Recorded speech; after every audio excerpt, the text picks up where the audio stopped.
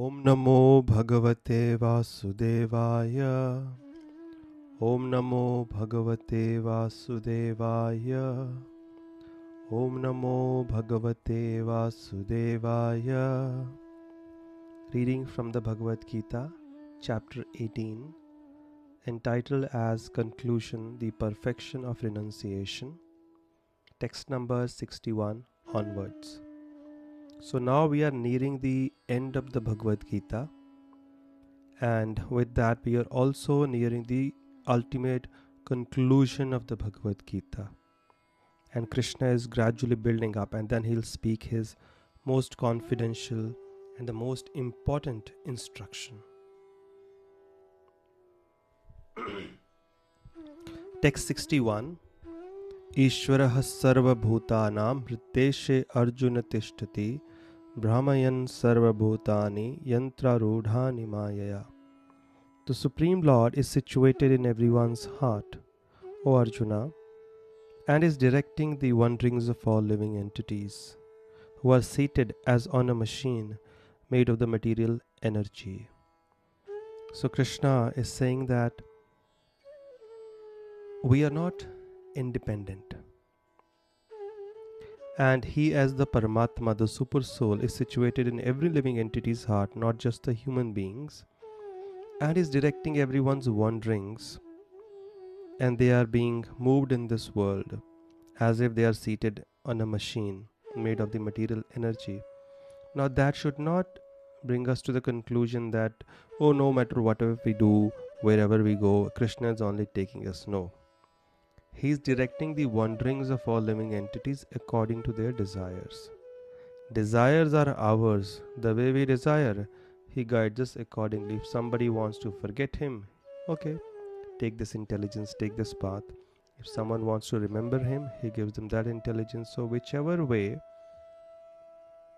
living entities want to act, that is their free will to desire, the Lord will guide them. So therefore we have to be very mindful of all our desires, and that is why we need a guru in our life who can guide us based on these scriptures. He can tell us this desire is wrong, that desire is right. Otherwise, if we keep deciding, we will take decisions based on whatever little intelligence we have. So we need that superior guidance always, and that is the first step in spiritual realization. The Lord is situated, and according to our desires he guides us. He has already explained this in the 4th chapter. Ye yatha mam prapadyante tam siddheva bhajamiham. As you approach me, I reward you accordingly. So we are only responsible for the situation we are in today, because we desired it at some point. Or we may not have desired distress, but we desired something, but we didn't know this will lead to distress. So we are here today.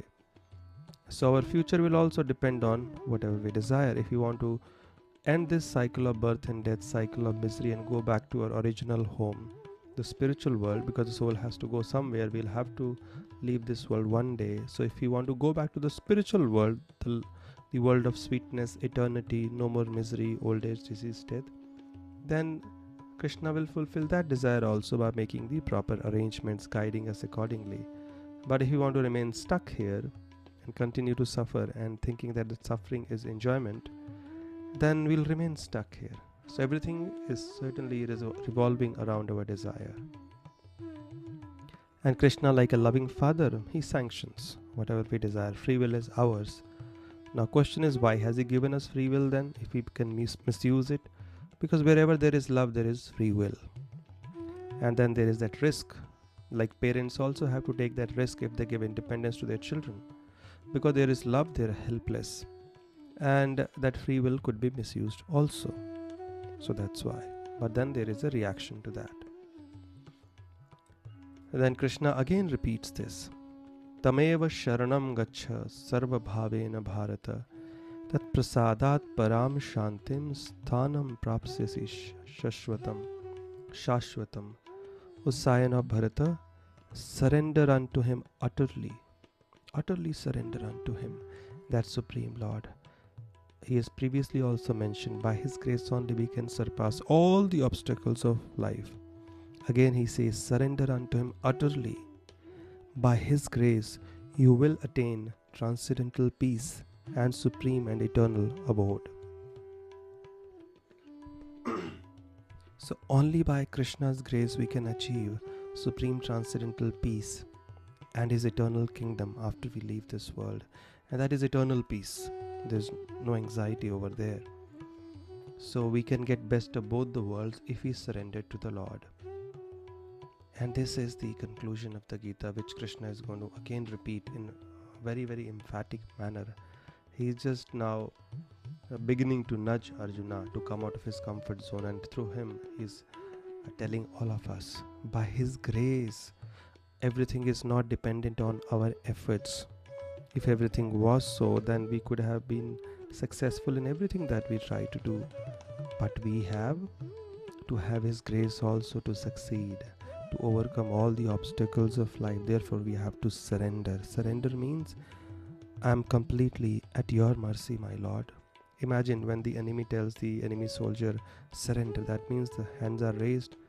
Whatever you say, I will do. I am completely at your grace, at your mercy, at your feet. You tell me go right, I'll go right. You tell me go left, I'll go left. So that is the kind of attitude we have to have in front of the Lord. Just say, my dear Lord, I surrender unto you. Now you take care, you take control of my life. And then His grace comes, and then we achieve transcendental peace. Text 63. Iti te jnanam akyatam guhyat guhyataram maya vimrishaitad asheshena yathechasi tatha kuru. Now why is Krishna asking us to surrender? Because we may not know, but He knows. When we approach Him, we'll be free from all kinds of fear, anxiety and worry. And if you say, I don't want to surrender, but anyways we surrender. We surrender to our friends whom we think who can help us in times of trials and tribulations. We surrender to our mind. We surrender to bad habits. We surrender to suicide. But why not then try Krishna? Surrendering to Krishna, we will only lose bondage, frustration and suffering. And therefore Krishna says in text 63, thus Arjuna, I have explained to you knowledge still more confidential. That means this is the most confidential part. Surrender, Sharanagati. Why people refuse to surrender? False ego. Plus many, they have a very bad experience of surrender in this world. Oh, if you surrender to your husband, your wife, it might be followed by exploitation. If you surrender to your boss, there must be exploitation taken for granted. But surrender in the spiritual realm has a very different meaning. It is very liberating. In the material world, it is binding. In the spiritual realm, it is liberating. It is very peace-giving. It is very peaceful. It frees us. It doesn't bind us. It frees us from all types of bondage, frustration and suffering. All kinds of shackles. And then we become very, very blissful. Because as long as we are bound, we can't be happy. So surrender frees us from the bondage and makes us really happy. We become actually independent. As long as we try to remain independent of God, we'll remain dependent on the laws of nature. But as soon as we become dependent on the Lord, dependent on Krishna for His mercy, we become independent of every other law. The law of karma also ceases to exist on those people who have surrendered to Krishna, who have taken shelter of Krishna. Let us put it this way. Those who take shelter, those who seek His grace, His help. And therefore Krishna says, I have explained to you the knowledge which is even more confidential. Deliberate on this fully. He's not saying just blindly accept it. He says analyze it, deliberate it on it fully, and then do what you wish to do. Yathechasi tatha kuru. That goes to show that Krishna does not impose anything on anyone. He has given this knowledge. He wants to deliberate upon it fully. He wants us to introspect, contemplate. And then He says, take your decision. So Gita is a book of choices, not impositions. Again, as I said, the free will is again left with us. Krishna will explain, His devotees, saints will explain, the scriptures will explain various paths and the results associated with them, the advantages, disadvantages. then because free will is ours, the choice is left with us, and therefore we are also held responsible for the choices we make. But how to make the right choices based on the scriptures, because that's what we are judged for, on the basis of scriptures. They are the law books. We need to be guided by a guru. A guru is the one who guides us based on the Shastra, the word of God. The only duty of the guru is to repeat the word of God from the Shastra, and that way we can be properly guided. So Krishna says, Yathechisi tatha guru. So guru will also come and tell us, the saints will come and tell us various things, and then they'll leave the choice to us. Do as you like, and then enjoy or suffer. It's up to us. So we are held responsible for the choices we make. Now Krishna says, I have explained to you very confidential, even more confidential knowledge, if you remember chapter 9, 10 also. But now Krishna says, now I'm going to explain you the supreme instruction. He says, text 64, Sarva guhyatamam bhuyah shino me paramam vachah ishtavasi me dridham miti tato vakshyami te hitam. Because you are my very dear friend, I am speaking to you my supreme instruction, the most confidential knowledge of all. Hear this from me, for it is for your benefit. And Krishna is also speaking through Arjuna to all of us, and is making it very clear. He is revealing the supreme instruction to Arjuna because he is very dear friend or a devotee. And what is his supreme instruction, which is for our benefit? And it is most confidential. Not everybody comes to know. Even the great yogis, munis don't know that this is what they have to do. Therefore they are stuck trying to acquire mystic siddhis, trying to follow jnana, karma, these paths. But what is the ultimate and is the easiest? Text 65, Krishna says, Manmana bhava madbhakto madhyaji mam namaskuru mam iveshyasi satyam te pratijane priyasi me. Always think of me, become my devotee, worship me, and offer your homage unto me. Thus you will come to me without fail. I promise you this because you are my very dear friend. Again he is saying, because you are a very dear friend of mine. So we have to have that friendly attitude towards God. That means favorable attitude. We should not be narrow-minded. We should be willing to accept the Lord as our well-wisher. And when we have that bhav, that intention, the Lord will reveal the supreme secrets to us. And we ourselves see, we don't reveal our secrets to just like anyone unless the person is close to us. And the Lord also reveals the supreme instruction, the supreme knowledge, only those individuals who are devoted to Him. Therefore, so many people read scriptures, but they may never come to the conclusion. They may derive their own conclusion, but the ultimate knowledge is revealed from within the heart only to those who are devoted to Krishna, who have that friendly attitude towards Him, who are not inimical, who are not envious. The Lord wants to keep Himself away from such people. Based on their attitude, as we approach Him, He rewards us accordingly. And in this way, Krishna says, if you have any other thoughts in mind, now this is the ultimate instruction. Again He is repeating text number 66, the last instruction and the most important one. In a very emphatic manner He is saying. Text 66, Sarva dharman parityajya mamekam sharanam vraja aham tvam sarva papebhyo mokshashyami ma shachah. Abandon all varieties of religion and just surrender unto me. I shall deliver you from all sinful reactions. Do not fear. So in the previous verse, Krishna told us what to do. Man manabho mad bhakto, become my devotee, think of me, worship me, and offer your homage unto me. And in this way He is saying, you surrender unto me. Again, the main instruction. This is the way to surrender. If we have been wondering how to surrender, always think of Krishna, become His devotee, worship Him, and offer our homage unto Him, offer our obeisances unto Him. And in this way, Krishna says, you forget everything else, just do it for me. Sarva dharmana parityajya means Give up all other obligations, so-called duties that you have uh, manufactured, other types of dharmas that you have manufactured. Just do one thing, you take my shelter, Sharanam Braja.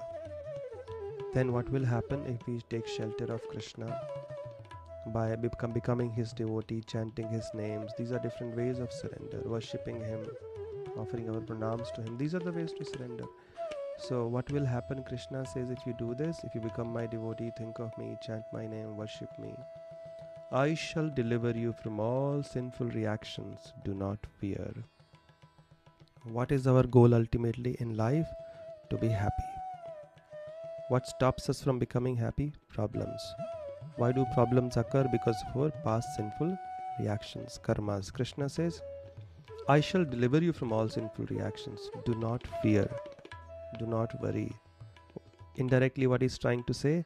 I shall make you happy. So shelter or surrender to Krishna by becoming his devotee, chanting his names regularly on a daily basis, hearing and studying his words in the Gita, Bhagavatam, hearing about him from Puranas, especially Bhagavad Purana, that is enough, Srimad Bhagavatam, worshipping his deity form, associating with devotees, serving as per our capacity under the guidance of the Guru.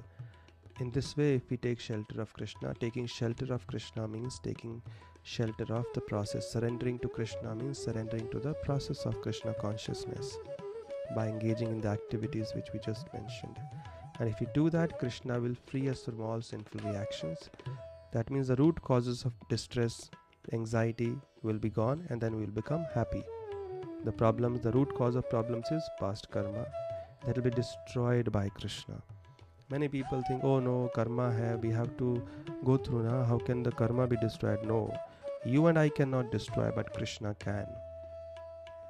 Just like a person is sentenced for 20 years in prison, but the president of the country has the power, he can pardon him, seeing his good behavior. If he starts cooperating with the government, he may be released in 5 years, 10 years. So if the ordinary head of a state can have such power, what to speak of the original head of the entire creation?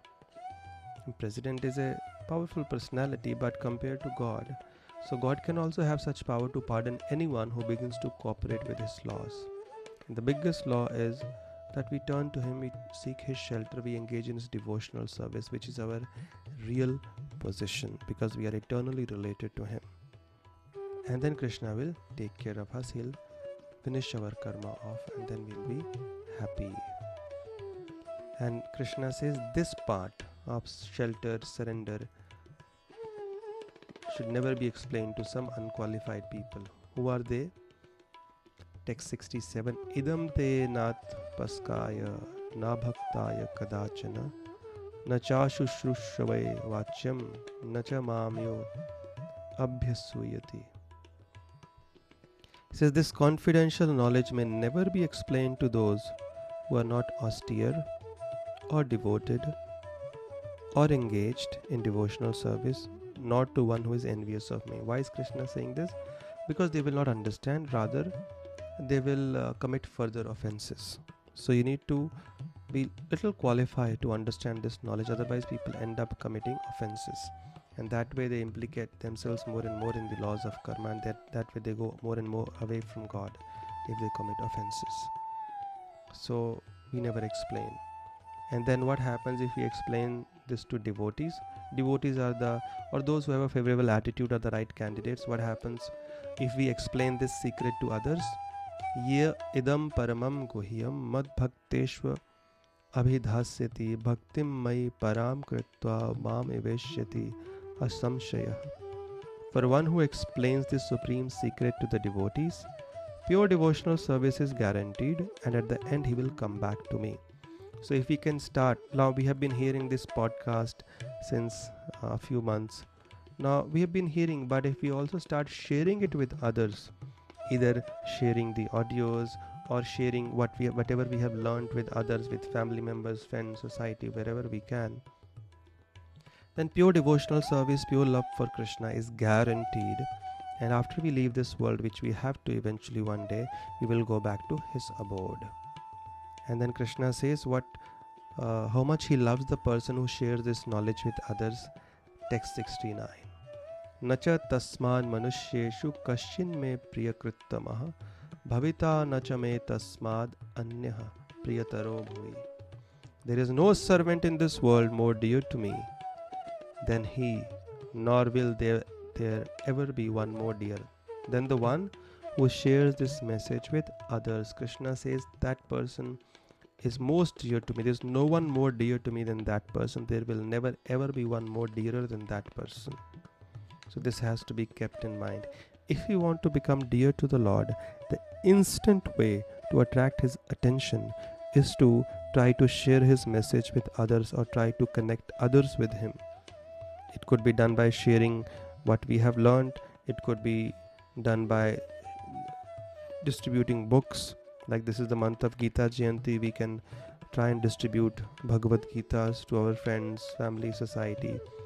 This whole month is the Gita Jayanti marathon. Gita Jayanti is on 3rd of December, but the whole month the celebration goes on. We can distribute the Gita, and especially if we think we have been benefited a little bit, we can try and share this with others.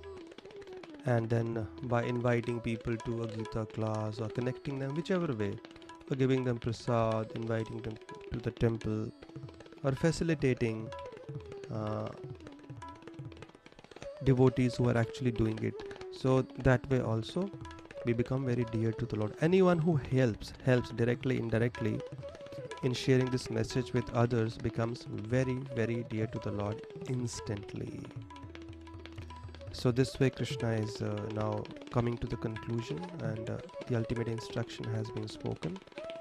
Now the last few things we shall discuss in the next podcast, and that way we can end our Gita study, the sacred journey of the Bhagavad Gita. Text number 70 I'll complete once.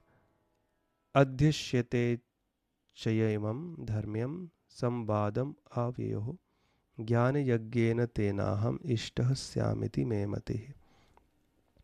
And I declare that he who studies this sacred conversation of ours worships me by his intelligence.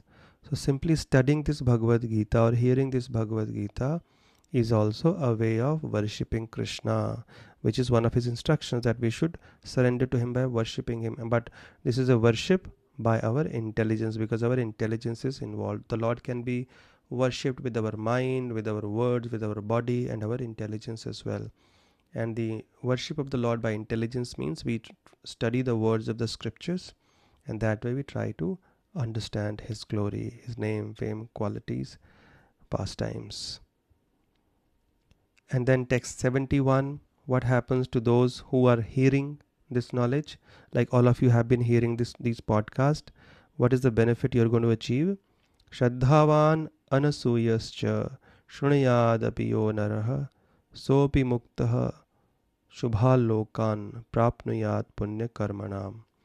And one who listens with faith and without envy becomes free from sinful reactions and attains to the auspicious planets where the pious dwell. The amount of piety, the amount of spiritual credits that you have acquired simply by listening to the message of the Gita are immense.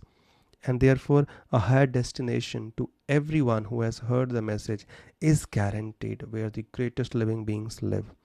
So this is the glory of the Bhagavad Gita. It destroys sinful reactions, and we become qualified to ascend to the highest destinations. Higher destinations are the highest destination. Thank you very much. We stop at text number 71, and we'll finish the last few verses in the next one, which is going to be on the day of Gita Jayanti, that is Saturday, 3rd December 2022. Thank you very much. Hare Krishna.